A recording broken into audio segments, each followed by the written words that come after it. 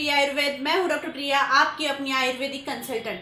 कल के वीडियो में हमने देखा कि वात प्रकृति के बारे में इन डिटेल में, उनका शारीरिक मानसिक लक्षण, उनको कौन से प्रॉब्लम आ सकते हैं, उन्होंने क्या ध्यान में रखना चाहिए, खान पान क्या करना चाहिए और आयुर्वेदिक चिकित्सा क्या है, इसके बारे में इन डिटेल में। आज के वीडियो में हम जानेंगे पित्त प्रकृति के बारे में। अगर आपने कल का वीडियो नहीं देखा होगा तो डिस्क्रिप्शन बॉक्स में मैंने लिंक छोड़ी है, प्लीज एक बार जाके वो वीडियो देखिए। आज हम जानेंगे पित्त प्रकृति के बारे में इन डिटेल में, शारीरिक मानसिक लक्षण क्या होते हैं, इवन उनको क्या प्रॉब्लम आ सकती है, उन्होंने खान पान में क्या रखना चाहिए, पित्त दोष ना बढ़े इसलिए उन्होंने क्या प्रिवेंशन करना चाहिए, और अगर पित्त दोष बढ़ने के कारण पित्त प्रकृति वाले लोगों को अगर पित्त की वजह से डिसीजेस है, रोग हो सकते हैं, तो उसके लिए क्या चिकित्सा करनी चाहिए, इसके बारे में इन डिटेल में वीडियो एंड तक देखना, क्योंकि ये वेरी इंपॉर्टेंट वीडियो आपके लिए होगा। प्रकृति वाले जो होते हैं उनकी शरीर यष्टि जो होती है, शरीर बल जो होता है वो मध्यम होता है। त्वचा स्पेसिफिकली उनकी गौर वर्ण की होती है, यानी वो गोरे रंग के होते हैं। पित्त के कारण बॉडी में जो उष्णता है, गर्मी है, वो बढ़ जाती है और इसीलिए लोगों को स्किन की जलन, मतलब जलन जैसे फील होना, या हाथ और पैर में हमेशा पसीना आते रहता है, या पसीना जो आता है वो ज्यादा क्वांटिटी में और उसकी कभी कभी दुर्गंधी भी आती है, तो ये समस्या इनको ज्यादा होती रहती है। इवन इनके जो बाल होते हैं वो भले ही ज्यादा गिरते नहीं है पर पतले होते हैं और सफेद होने के चांसेस इसमें ज्यादा होते हैं, मतलब उनके बाल ज्यादा सफेद होते रहते हैं।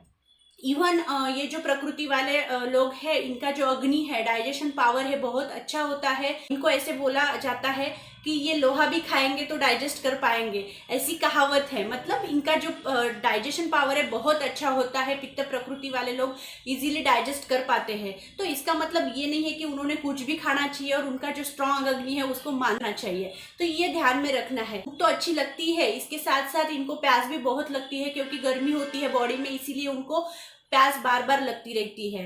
मोस्टली इन लोगों ने अगर पित्त अगर खान पान किया तो इनका पित्त बढ़ता है, और पित्त बढ़ने के कारण इनको एसिडिटी, जलन होना, पेट में जलन होना, रिफ्लक्स आना, कड़वट जो है वो उनको रिफ्लक्स आते रहते हैं, तो ये इनको समस्याएं होती रहती है। इवन ये जो पित्त प्रकृति वाले लोग हैं ये स्मार्ट होते हैं, बुद्धिमान होते हैं, स्वाभिमानी होते हैं और इनका लीडरशिप में बहुत अच्छा हाथ होता है, मतलब लीडरशिप ये अच्छे से कर पाते हैं, ये इनकी क्वालिटी है।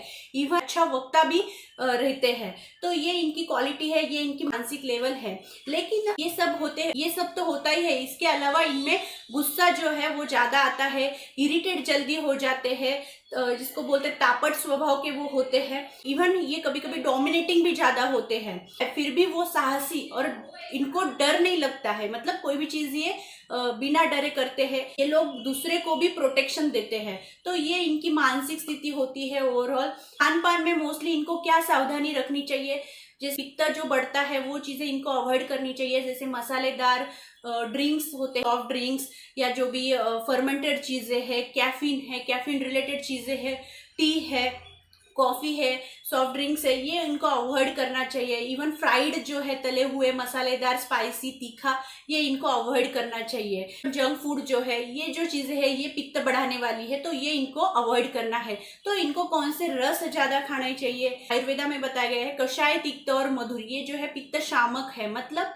कसेला, कड़वा और मीठा, ये तीन चीजें जो वो आप ले सकते हैं, जिससे आपका पित्त शांत रहेगा और आपको पित्त की वजह से प्रॉब्लम नहीं होगी। इन्होंने गाय का घी जो होता है वो अच्छा होता है, पित्त और वात दोनों प्रकृति के लिए अच्छा होता है, तो ये भी ये सेवन कर सकते हैं। काली मनुका जो होती है वो भी पित्त शामक होती है, रात को भिगो के रखे सुबह वो खा सकते हैं, ये इनके लिए अच्छा होता है। इवन आंवला जो है, आंवला कैंडी है, आंवला मुरंबा है, डेली रूटीन में रसायन एज अ रसायन पित्त प्रकृति वाले आंवला खा सकते हैं।